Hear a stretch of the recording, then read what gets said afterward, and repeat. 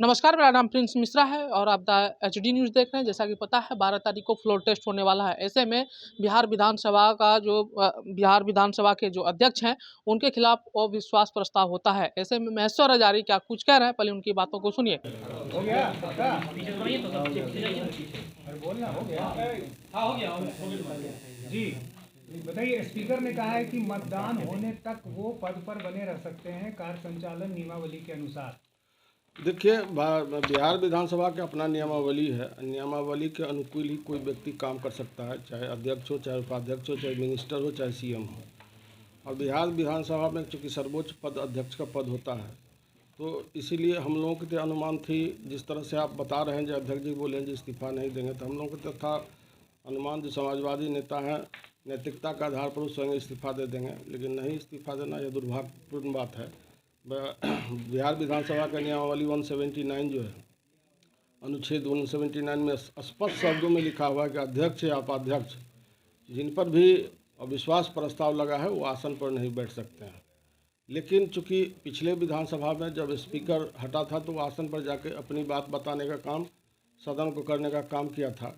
इसीलिए बहुत वक्त करेंगे तो जाएंगे, आसन पर बैठेंगे। जिस दिन हमारा जो बिहार विधानसभा जिस दिन खुल रहा है उस दिन तो पहले राज्यपाल जी का अभिभाषण होगा सेंट्रल हॉल में। उसके बाद फिर पुनः बिहार विधानसभा में सदन जब चलने लगेगी तो उस समय में अध्यक्ष जी जाएंगे, अपनी बातें बता करके उनको सदन आसन पर से हट जाना पड़ेगा। चूँकि अनुच्छेद में साफ साफ स्पष्ट शब्दों में, चूँकि उन पर अविश्वास प्रस्ताव 28 तारीख कहीं लगा है, इसलिए उनको किसी भी हालत में, चूँकि उन्हीं के विरुद्ध में मतदान होगा, इसलिए वो नहीं बैठ सकते हैं। यदि वो कह रहे हैं जो हम अध्यक्ष बैठेंगे, तो मैं समझता हूँ वो अपने मन से नहीं बोल रहे हैं, कहीं आला कमान का दबाव हुआ, आपको इस्तीफा नहीं देना है, इसलिए बोल रहे हैं। नैतिकता क्या कहते हैं?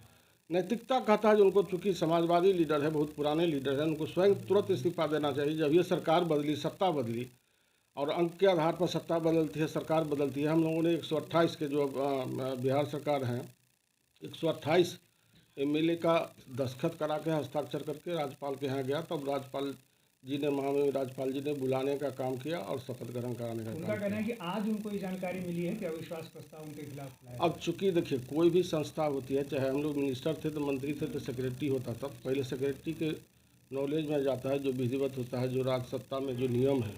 तो उनके सेक्रेटरी साहब को 28 तारीख को रिसीव किए हैं, रिसीव करके इनको इन्फॉर्मेशन दी है। लेकिन वो अपने मन से बोलते हैं तो अपने मन से नहीं बोलते हैं, किसी के दबाव में बोल रहे हैं। यादव कह रहे थे कि खेला होगा, लगातार कह रहे हैं, तो कहीं उसकी कोई तैयारी तो नहीं है, इसलिए स्पीकर ऐसा। अब देखिए, अब खेला होगा, खेला नहीं होगा, ये तो अंक का खेल है। जब हम लोगों के पास, चूँकि बिहार सरकार के पास आदरणीय मुख्यमंत्री नीतीश कुमार जी और जो भाजपा जेडीयू की सरकार है, एनडीए की सरकार है, जो समर्थन प्राप्त है तभी ना सत्ता में, तो अंक है तभी ना मुख्यमंत्री का वोट हुआ है। इसलिए कहीं कोई घबराने की बात नहीं है, कहीं कोई चिंता की बात नहीं है। लोग बोलने के लिए कुछ बोलेंगे। अंक में बीजेपी जेडीयू की जो सरकार है, एनडीए की सरकार है, पूर्ण बहुमत है 128 का, और वो स्पष्ट बहुमत हासिल करने का काम करेगा। चूँकि जब ये जिस पर अविश्वास प्रस्ताव लगा है, तो स्वाभाविक बात है, अविश्वास प्रस्ताव लगा है तो उनके जजमेंट में, मतलब उनके आसन पर बैठे हुए कैसे उन पर लोग वोटिंग करेगा। इसलिए स्वयं उनको अपने आप हट जाना पड़ेगा वहाँ से, और डिप्टी स्पीकर जो होते हैं, जो नियम में है, वही संचालन करेंगे और वही निर्णय। टकराव की भी स्थिति कहीं बन रही है क्या? नहीं, टकराव क्या है, तो चूँकि उसमें तो माननीय विधायकगण रहते हैं, माननीय विधायकगण वोटिंग करेंगे जिसके पक्ष में, मान लीजिए हम लोग 128 का हम लोग दिखाने का काम करेंगे। वहाँ पर 128 विधायक समर्थन में है। शुरुआत में वो बैठ सकते हैं आसन पे। सत्र की शुरुआत में, चूँकि परंपरा पहले ऐसी नहीं थी, लेकिन पिछले विधानसभा में परंपरा कुछ ऐसी हो गई, तो हो सकता है उस परंपरा को कहीं वो संज्ञान में लें और उसी के अनुकूल करें, तो हो सकता है जाएंगे, अपनी बात बताने का काम करेंगे सदन में। जो हमने सदन इतना दिन किस तरह से चलाया, किस तरह से काम किया, वो अपनी संबोधन करने का काम करेंगे। संबोधन के बाद जब अविश्वास प्रस्ताव पेश होगा इन पर, तो 38 विधायक कम से कम खड़ा होना पड़ता है, खड़ा होंगे, स्वीकृत होगा, मोशन आएगा, उसके बाद स्वयं ही हट जाएंगे।